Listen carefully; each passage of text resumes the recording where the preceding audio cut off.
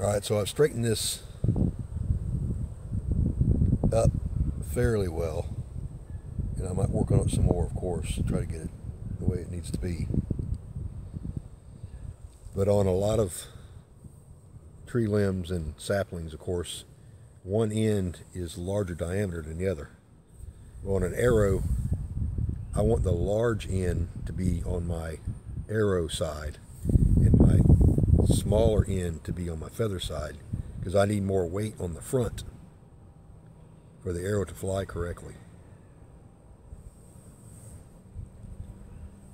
In aerodynamics, which I'm very familiar with, you need to have your center of gravity or center of balance on the arrow. After everything's on the arrow, you need to find the center of your arrow and balance it.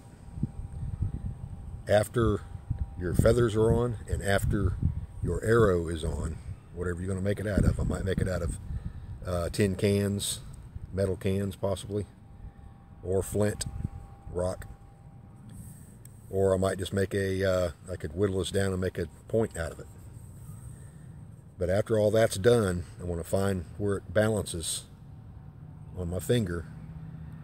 And then I'm going to go, I want to be 10%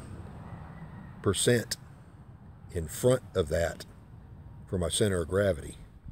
So if my arrow balances right there, I want this to balance 10% in front of that when it's all over, toward my arrow, toward my front of my arrow.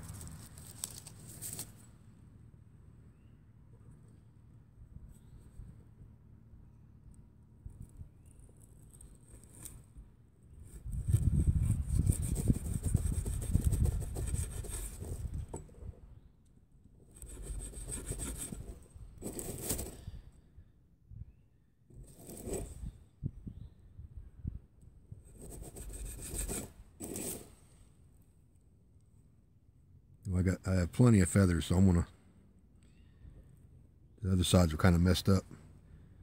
So I'm gonna cut two of these. I cut the side off that one and one side off that one. I'll do another one, and I'll have three of them.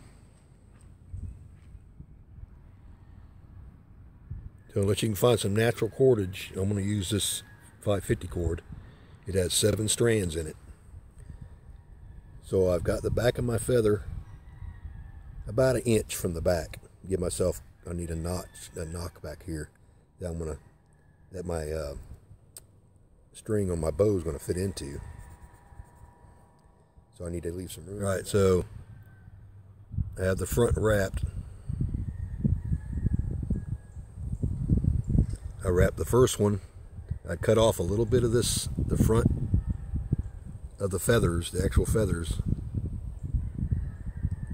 Cut it off so I'd have a little stem sticking out so I can wrap the string around. I also did the same to the back.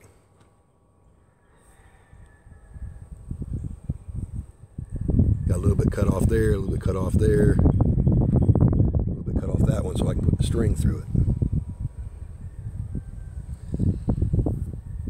So I wrapped a couple times. I started with the clove hitch, wrapped a couple times around the first one, laid the second one on there, wrapped it a couple times with the same string, third one wrapped it a couple times, and then brought the string in and out over the front of these and lock it in.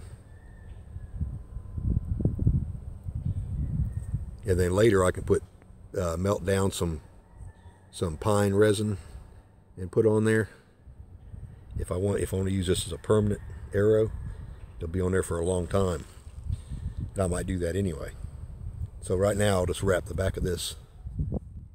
Okay, so I got my arrow done, finished up.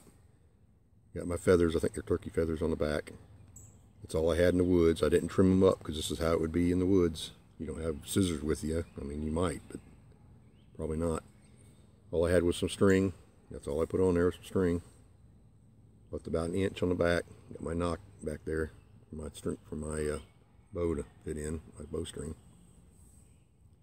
I marked the center of this right here, the center of the full shaft. Now I made 3 thumb marks, marked 3 different times up here.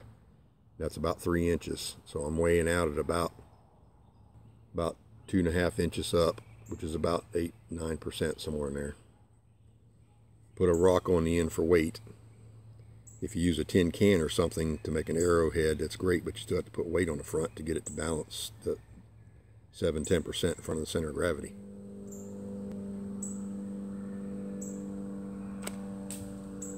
Pretty close.